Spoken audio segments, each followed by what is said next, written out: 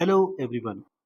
आज हम स्टार्ट कर रहे हैं मैथमेटिक्स फॉर आईसीएसई, जिसमें हमें करने हैं टोटल 20 चैप्टर्स। उसमें से मैं आपको आज करवाने वाला हूं chapter number 2। The name of chapter is banking. ये चैप्टर आने के लिए द मिनिमम रिक्वायरमेंट इज कि आपको परसेंटेज पता हो क्या होती है। दूसरा, आपको पता हो कि सिंपल इंटरेस्ट क्या होता है। तीसरा, कि एक बार आप पेरेंट्स से ज़रूर बात कीजिए कि जो बैंक है, वहाँ पर हम अपनी मनी को, अपने पैसे को किस तरह से सेव कर सकते हैं। जनरली पेरेंट्स ने ये चीज़ शुरू कर रखी होती है, FD and RD.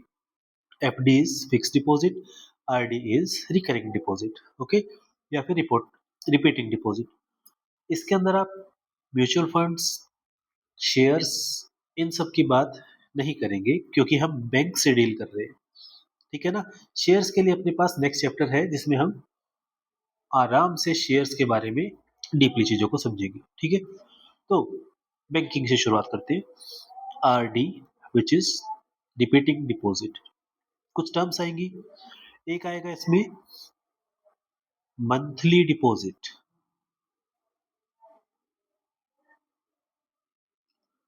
Monthly deposit, जिसको हम जनरली पी से डिनोट करते हैं,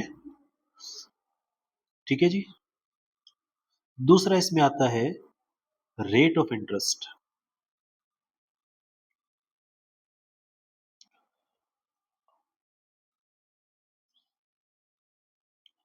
रेट ऑफ इंटरेस्ट, जिसको आर से डिनोट करते हैं।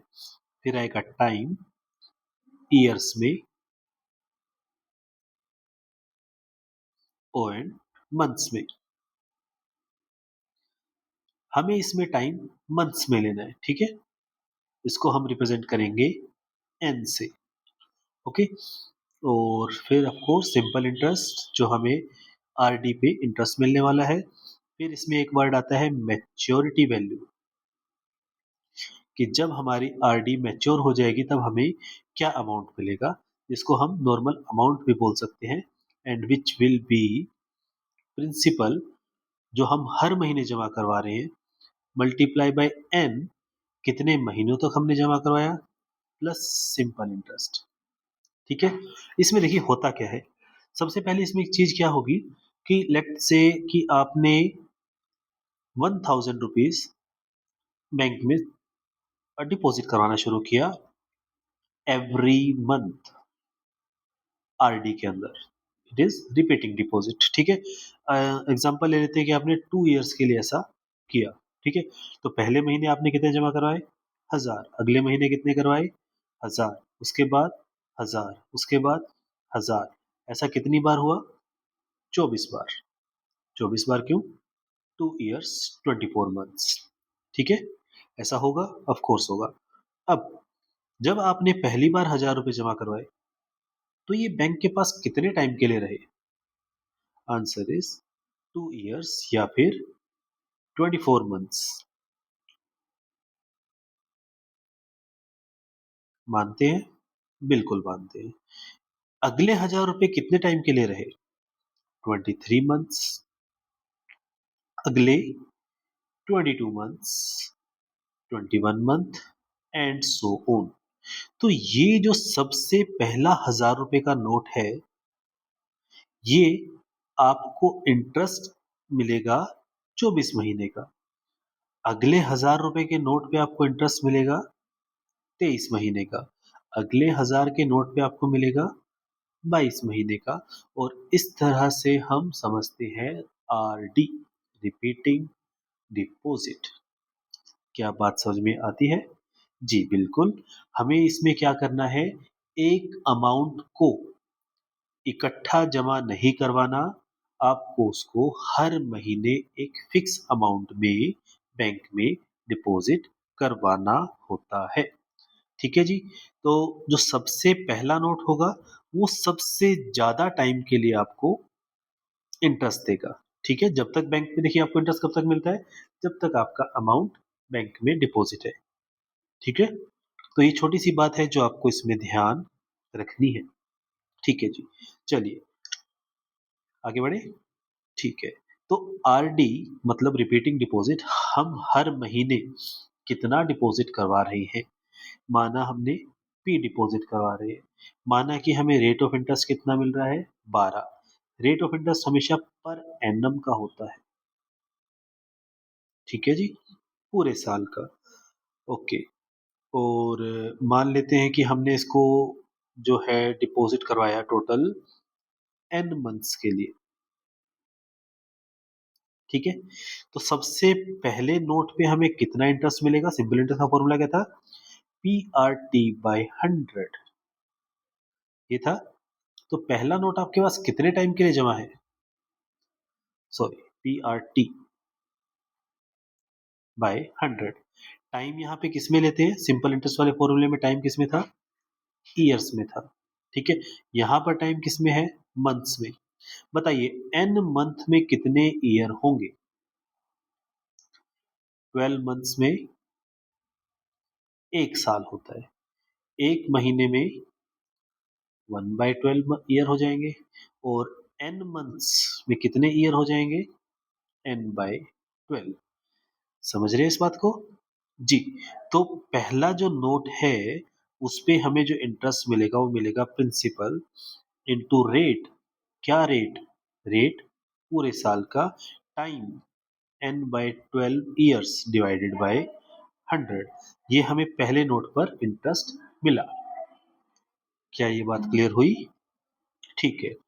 जो हम दूसरा नोट जमा करवाएंगे उस पे कितना इंटरेस्ट मिलेगा, तो अमाउंट तो सेम है, प्रिंसिपल रेट, टाइम कितना रह गया, एक महीना कम, डिवाइडेड बाय 100।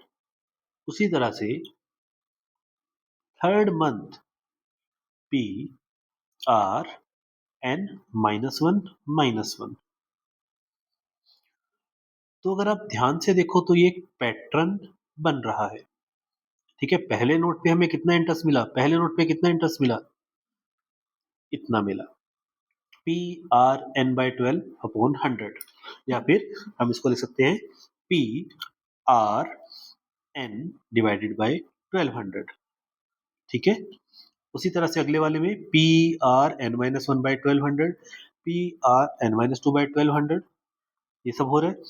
टोटल आपने कितनी बार पैसे जमा करवाए, तो आंसर है जितने मंथ है उतनी बार जमा करवाए, सिंपल सी बात है, ठीक है। टोटल इंटरेस्ट कितना मिलेगा, तो total interest will be sum of all interests. क्या बात समझ में आती है, बिल्कुल।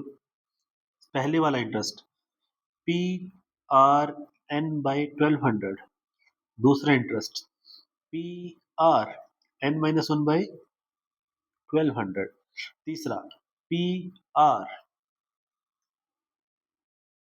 n-2/1200, चौथा पी आर n-3/1200।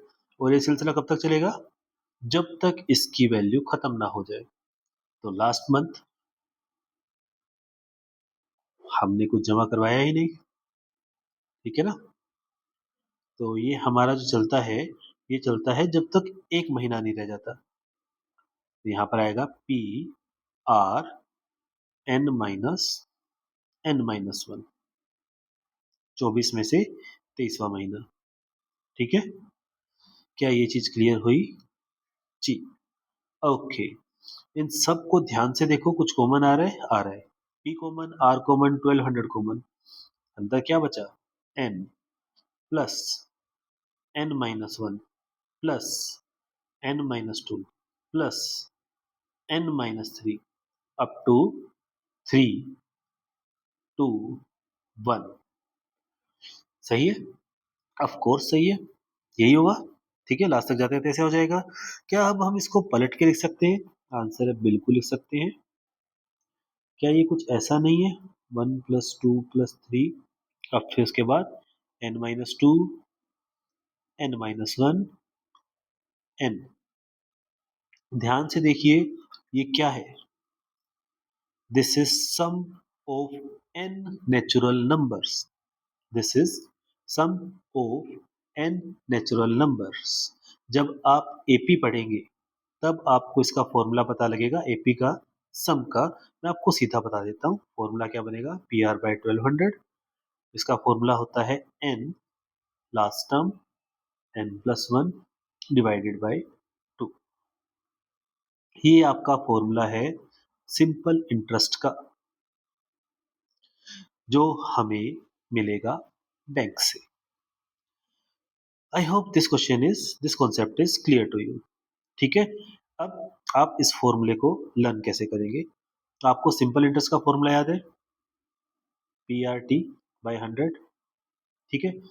पी की जगह पी, आर आर बाई 12 क्यों, क्योंकि रेट ऑफ इंटरेस्ट पूरे साल का होता है और हम पैसे हर महीने जमा करवा रहे हैं, तो एक महीने का interest R/12 into time.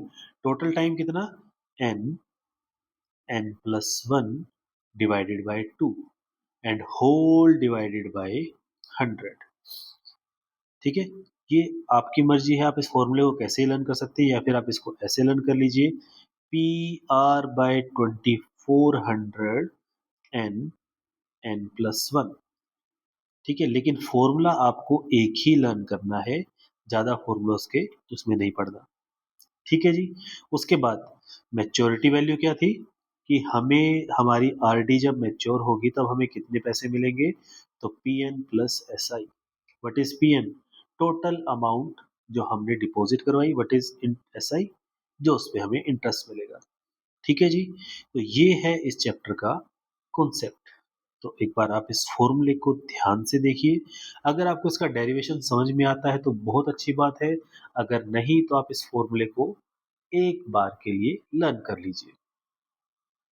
Screen pause करो, इस फॉर्मूले को 3 बार बोलो, उसके बाद फिर हम इसके क्वेश्चंस करना स्टार्ट करते हैं। चलिए जी, तो क्वेश्चन स्टार्ट करते हैं। मैं आपके पास सीधा पेपर्स को ओपन करता हूं। तो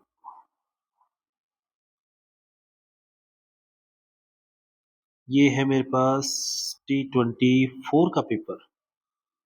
हाँ, T24 का पेपर है, इसमें ढूंढते हैं 2024 में जो पेपर आया था।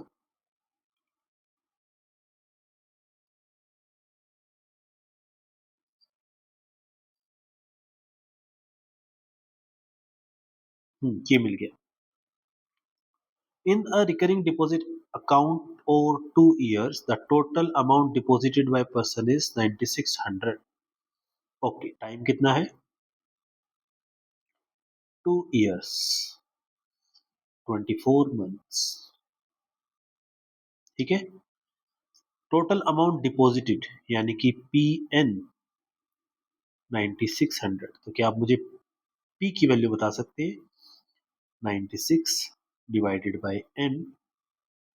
9600 डिवाइडेड बाई 24, इसको कट कर लेते हैं, तो 12 2 24, 12 8 96, 400 रुपीज।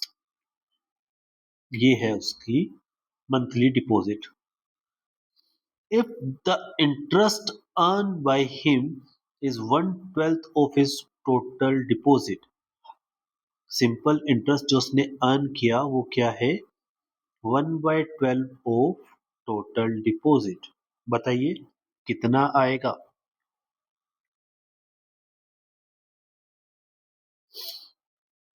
1/12 ऑफ टोटल डिपॉजिट, तो ये इसकी वैल्यू आएगी हमारे पास 1/12 इंटू 9600। तो हमने 24 से काटा तो 400, 12 से काटेंगे तो 800 आ जाएगा। 800 तो उसका इंटरेस्ट आ गया। हिज मंथली डिपॉजिट ये हमने निकाल लिया है, 9600 divided by 24 which is ₹400। And the rate of interest, तीसरा पूछा इसने, रेट ऑफ इंटरेस्ट। ओके, तो हम सिंपल इंटरेस्ट का फॉर्मूला लगा देते हैं। फॉर्मूला क्या था, S I is equal to P R by 2400 N n+1। Simple interest कितना है, इंटरेस्ट कितना कमाया उसने, 800, is equal to P R, P कितना, 400, आर हमें निकालना है, डिवाइडेड बाई 2400। n+1, n होता है नंबर ऑफ मंथ्स, 2 साल में कितने महीने, 24। 24 इंटू 24+1 25। 24 से 24 डायरेक्ट कट गया, 2 जीरो, जीरो से जीरो कट गया, 25 को 4 से करेंगे तो 100 आएगा, 100 उसके डिवाइड में जाएगा तो 800 अपॉन में 100 विच इज 8%। ओके, बैक करके एक बार दोबारा देखना इस क्वेश्चन के एक एक स्टेप को आपको ध्यान से समझना है। ओके, चलिए आगे बढ़ते हैं। जनरल इसका पेपर में एक क्वेश्चन आता है, अगर कुछ ज्यादा ही लकी हुए आप तो 2 क्वेश्चन भी आ सकते हैं, ठीक है, बट ऐसा जनरली होता नहीं है। हाँ, एक ही क्वेश्चन था इसमें। चलिए नेक्स्ट पेपर में बढ़ते हैं। नेक्स्ट पेपर में है हमारे पास, ये आ गया, Salman deposits rupees 1200 every month in a RD account for 2.5 years। Data लिखते हैं, प्रिंसिपल अमाउंट 1200, टाइम 2.5 years, तो एन की वैल्यू क्या आएगी, नंबर ऑफ मंथ्स, 2.5 साल में कितने महीने, 30 मंथ्स, 12 से मल्टीप्लाई कर लेना आ जाएगा। If the rate of interest is 6%, rate is 6%, तो आपको बताना है कि उसको मेच्योरिटी पे कितने पैसे मिलेंगे, तो आपसे मेच्योरिटी वैल्यू पूछिए।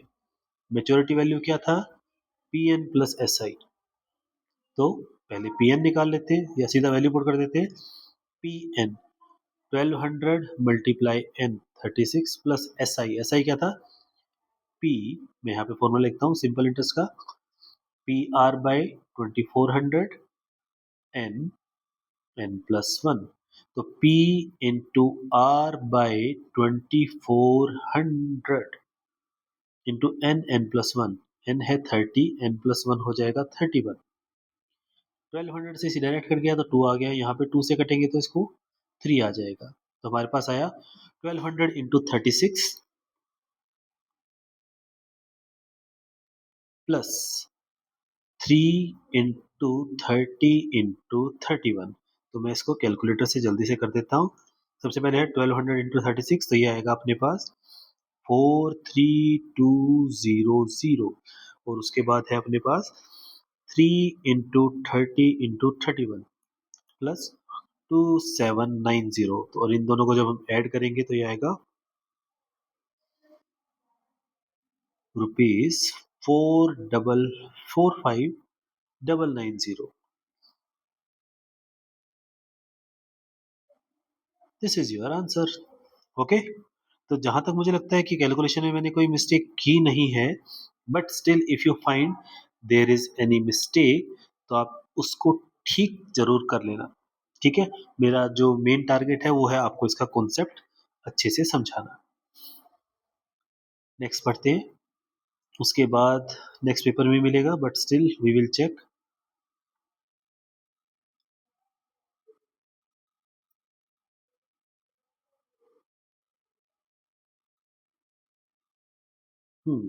नेक्स्ट पेपर में T23 वाला पेपर था, उसके बाद हम आगे बढ़ते हैं, T25 वाला पेपर है शायद ये। हाँ, ये रहा, एक एमसीक्यू भी आया हुआ है, वाह। नवीन डिपॉजिट 800 रुपीज, ये रुपीज आएगा यहाँ पर, एवरी मंथ फॉर 6 मंथ, और उसको इतने रुपए मिलते हैं मेच्योरिटी पर, तो आपको बताना उसको इंटरेस्ट कितना मिला। तो मेच्योरिटी वैल्यू आपको दे रखी है, इज इक्वल्स टू होता क्या है ये, P N plus S I, maturity value is 4884 is equals to P N, 800 into N था number of months plus S I, तो 8 इंटू 6 ये आएगा 48, उधर जाएगा तो माइनस करेंगे, 4884 माइनस 4800, ये आया इंटरेस्ट उसका अर्न 84 रुपीज। ओके, ओके, उसके बाद नेक्स्ट क्वेश्चन है, Salman deposit again 1000 rupees. Okay, लेकिन इस बार थोड़ा सा अलग क्वेश्चन है, चलिए करते हैं। This is principal monthly deposit and for 2 years, time is 2 years, तो एन की वैल्यू मैं डायरेक्ट लिख रहा हूँ 24 मंथ्स। मेच्योरिटी वैल्यू आपको दे रखी है ये वाली, मेच्योरिटी वैल्यू 26000, और मेच्योरिटी वैल्यू होती क्या थी, P N plus S I, ये होती थी ठीक है, तो क्या आप मुझे यहाँ से एसआई की वैल्यू बता सकते हैं? पीएन उधर जाएगा तो माइनस हो जाएगा। Therefore simple interest will B 26,000 minus 24,000। 24,000 कैसे आया? P मल्टीप्लाई N, 1000 मल्टीप्लाई 24, तो the interest earn is 2000 rupees. ठीक है, इंटरेस्ट सलमान को कितना मिला?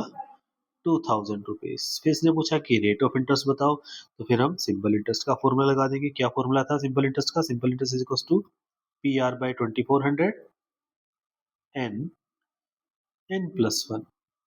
पुट करते हैं वैल्यू। एस आई की वैल्यू हमारी निकली है 2000 is equal to P R 1000 multiply R by 2400, जो हमें निकालना है। टाइम है 24 month, N, N plus one 25 हो जाएगा। तो 24 से 24 तो डायरेक्ट ही कट गया, नीचे बचा 100, और ये दो जीरो से काट देते तो अपने पास बचेगा 2000 equals to R into 10 into 25। ठीक है, ये चीज उधर जाएगी तो डिवाइड में, तो आर की वैल्यू क्या आई? 2000 डिवाइडेड बाय 10 इंटू 25। 10 से 10 खत्म, 25 को इससे करेंगे तो 8 आएगा, तो rate of interest 8%। I am repeating, calculation mistakes एक बार आप खुद चेक कर लेना। ठीक है, द मेन थिंग इज कि how to apply formula and how to solve.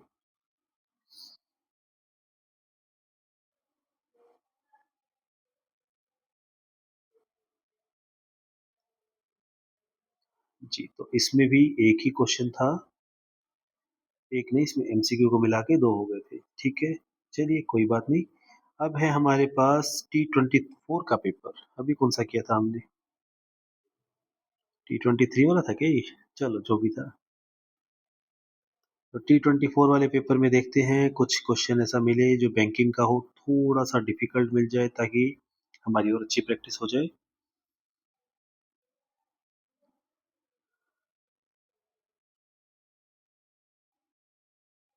Okay, अभी तक कोई क्वेश्चन आया नहीं। ये शेयर्स वाला है। हाँ, लगता है मैंने कहीं पे मिस कर दिया, क्योंकि क्वेश्चन इसका एक पेपर में तो कंफर्म होता है एक क्वेश्चन तो। Give me one more minute, मैं चेक करता हूँ।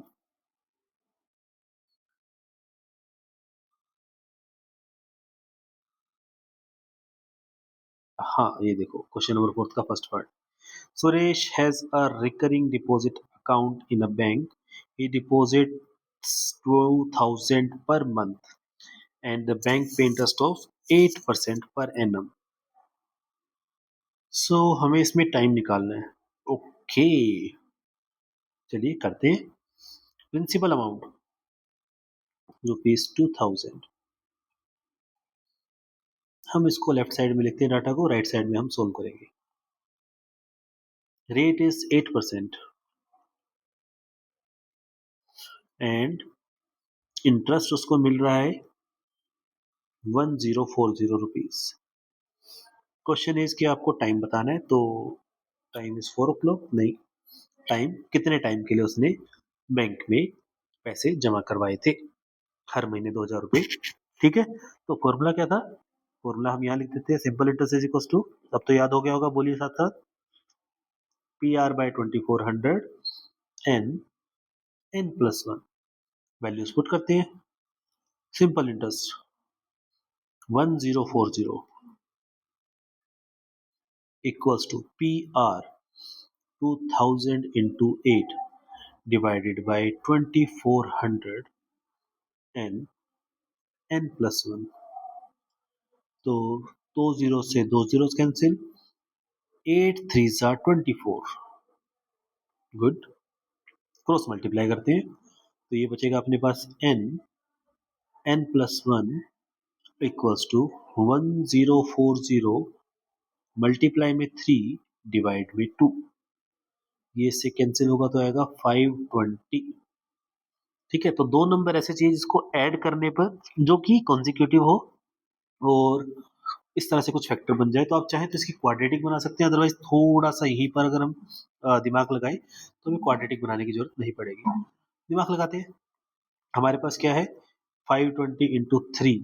ओके, मैं इसको लिख सकता हूँ 52 इंटू 30, लिख सकते हैं। ठीक है, ओके, लेकिन ये कॉन्जिक्यूटिव नंबर नहीं है। इसको हम लिख सकते हैं 26 into 60, लेकिन ये भी कॉन्जिक्यूटिव नंबर नहीं है।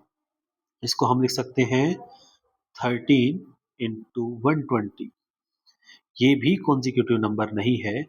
और इसको मैं लिख सकता हूँ 13 और 120 को लिख सकते हैं हम 13 into 4 into 40, है ना। 120 को 4 into 40 लिखा, और सॉरी 13 इसको लिखा 3 into 40, 13 into 3 into 40, 13 3 जा 39, तो 39 into 40। वाह, सही है। दो कॉन्जिक्यूटिव नंबर भी लिखे, 13 3 जा 39 होता है। तो n multiply n+1 is equal to 39 × 40। तो ये n की value n into n+1, it can be written as 39 × 39 + 1। तो हमारा मंथ आ गए 39 मंथ्स। ठीक है, ईयर्स में कन्वर्ट करेंगे तो 3 years 36 मंथ के हो गए, एंड 3 मंथ उसके अलावा एक्स्ट्रा। आप इसको चाहें तो क्वाड्रेटिक से भी कर सकते हैं, that is totally your choice. आगे बढ़े जी, आगे बढ़ते हैं। ओके, अब इसके बाद फिर नेक्स्ट पेपर भी मिलेगा, ये तो हमने पूरा देख ही लिया था। नेक्स्ट पेपर है हमारे पास 2025 का पेपर। ओके,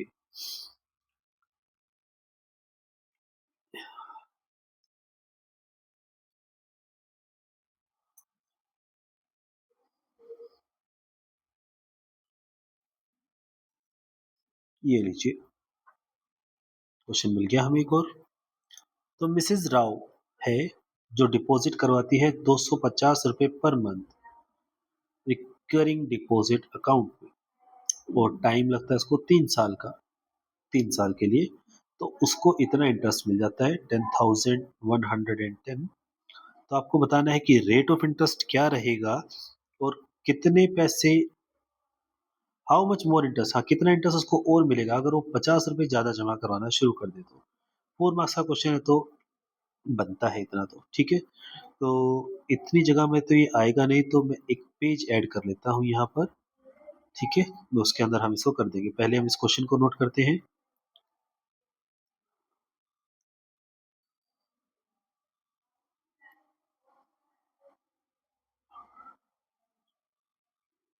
ठीक है जी, तो ये आया हमारे पास इमेज।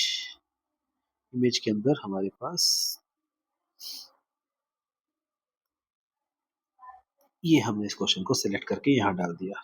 ठीक है जी, अब हम यहाँ पे डाटा लिखते हैं अपना क्या है। Mrs Rao deposit ₹250 per month. तो हमारे पास यहाँ पर प्रिंसिपल अमाउंट जो पर मंथ डिपॉजिट हो रही है वो है 250। टाइम है 3 साल का, तो नंबर ऑफ मंथ्स आ जाएंगे 36। ठीक है, और total amount deposited P into N हो जाएगा 250 × 36। अब मैं कैलकुलेशन बचाने के लिए कुछ इस तरह से करता हूँ, 4 × 9, 9 4 36 होता है, और मुझे पता है 25 × 4 100 होता है। तो 1000 × 9, which is 9000 is the total money submitted या डिपॉजिट। अब इसको मैच्योरिटी पे कितने मिल रहे हैं, मैच्योरिटी वैल्यू इज 10110। तो मुझे बताओ इंटरेस्ट कितना होगा। तो ये होगा maturity value minus P N. कैसे निकाला, मैच्योरिटी वैल्यू क्या होता था, P N minus S I. ठीक है, इसको इधर ले जाओ, इसको इधर ले जाओ, तो ये फॉर्मूला बन जाएगा। तो 10110 माइनस 9000, तो इसको माइनस करेंगे तो कितना आएगा, 9000 में से 1000 माइनस करेंगे 10, तो ये आ रहा है 1110। ये उसको इंटरेस्ट मिल गया।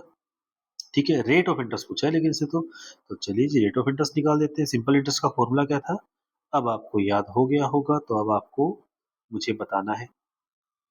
बताओ, सिंपल इंटरेस्ट का फॉर्मूला क्या था, P R by 2400 into N, n+1। ठीक है, चलिए जी सोल्व करते हैं फिर इसको, क्या आएगा। तो simple interest 1110 is equal to P into R. हमें निकालना है। Divided by 2400 into n plus 1, 36 into 37। Okay, तो 12 के टेबल में इसको काट देते हैं। 12 3 ज़ा 36, 12 2 ज़ा 24, एक जीरो कैंसिल हो जाएगी। कुछ और कट रहा है, हाँ 5 के टेबल पे 5 और 4। तो यहाँ से हमारे पास जो r की वैल्यू आती है वो आती है 1110। मल्टीप्लाई में 4, 4 ऊपर जाएगा और 5 नीचे आएगा, 3 नीचे आएगा, 37 नीचे आएगा। ठीक है जी। तो 37 को जब हम 3 से मल्टीप्लाई करेंगे तो आपको 111 मिलता है। आप चाहो तो चेक कर सकते हो। ठीक है जी। 37 इंटू 3, 111। तो काट दीजिए। ये इससे कट के कितना बचेगा? 10।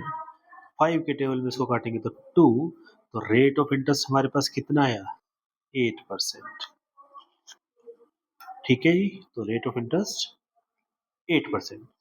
ये कह रहे हैं कि इसको कितना इंटरेस्ट और मिलता अगर वो 50 रुपए ज्यादा जमा करवाती इसी रेट ऑफ इंटरेस्ट पे इसी टाइम के लिए। तो अब हमारे पास नया प्रिंसिपल कितना है? पहले 250 था, 50 रुपए एक्स्ट्रा, तो नया प्रिंसिपल अमाउंट आया 300 रुपए। टाइम अपने पास वही 3 साल, यानी कि 36 मंथ। और यही रेट ऑफ इंटरेस्ट, इसका मतलब 8%। तो कितना इंटरेस्ट इसको ज्यादा मिलता? तो पहले तो रेट इंटरेस्ट निकाल लेते हैं, फिर माइनस कर देंगे तो पता लग जाएगा कितना ज्यादा मिलता। तो formula P R by 2400 into N plus 1। 36 12 के टेबल में 12 टू ज़ा 24, तो 100 कटेगा 4। तो हमारे पास बचता है simple interest 3 multiply 4 multiply 3 multiply 37। तो ये आएगा 3 इंटू 4 12, 12 इंटू 3 36, 36 इंटू 37। ठीक है। तो 36 इंटू 37 क्या होगा? क्या मैं इसको ऐसे लिख दूं? 36 इंटू 36 प्लस 1, तो ये हो जाएगा 36 इंटू 36 प्लस 36। क्या फायदा हुआ? जिन बच्चों को 36 का स्क्वायर पता है उनके लिए थोड़ा सा बेनिफिट हो सकता है। 1296 होता है। ठीक है। अदरवाइज आप इसको चाहें तो डायरेक्ट मल्टीप्लाई कर सकते हैं 36 इंटू 37। तो मैंने कैलकुलेटर से कर दिया, हमारे पास आता है 1332। इतना इंटरेस्ट उसको अब मिलता। तो इसने पूछा कि how much more interest. Question में अगर कोई भी लेटर बोल्ड है तो समझ जाओ कि कुछ तो गड़बड़ है, हम उसकी लैंग्वेज में गड़बड़ कर सकते हैं। तो पहले इंटरेस्ट कितना मिल रहा था? 1110, अब मिल रहा है 1332। तो कितना इंटरेस्ट एक्स्ट्रा मिल रहा है? 1332 माइनस 1110, तो ये आ रहा है ₹222।